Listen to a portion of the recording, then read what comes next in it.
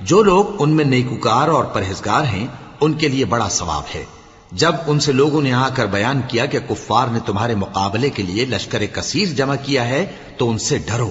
تو ان کا ایمان اور زیادہ ہو گیا اور کہنے لگے ہم کو اللہ کافی ہے اور وہ بہت اچھا کارساز ہے۔ پھر وہ اللہ کی نعمتوں اور اس کے فضل کے ساتھ خوش و خرم واپس آئے، ان کو کسی طرح کا ضرر نہ پہنچا اور وہ اللہ کی خوشنودی کے تابع رہے، اور اللہ بڑے فضل کا مالک ہے۔ یہ خوف دلانے والا تو شیطان ہے جو اپنے دوستوں سے ڈراتا ہے، تو اگر تم مومن ہو تو ان سے مت ڈرنا اور مجھ ہی سے ڈرتے رہنا، اور جو لوگ کفر میں جلدی کرتے ہیں ان کی وجہ سے غمگین نہ ہونا، یہ اللہ کا کچھ نقصان نہیں کر سکتے۔ اللہ چاہتا ہے کہ آخرت میں ان کو کچھ حصہ نہ دے، اور ان کے لیے بڑا عذاب تیار ہے۔ جن لوگوں نے ایمان کے بدلے کفر خریدا وہ اللہ کا کچھ نہیں بگاڑ سکتے، اور ان کو دکھ دینے والا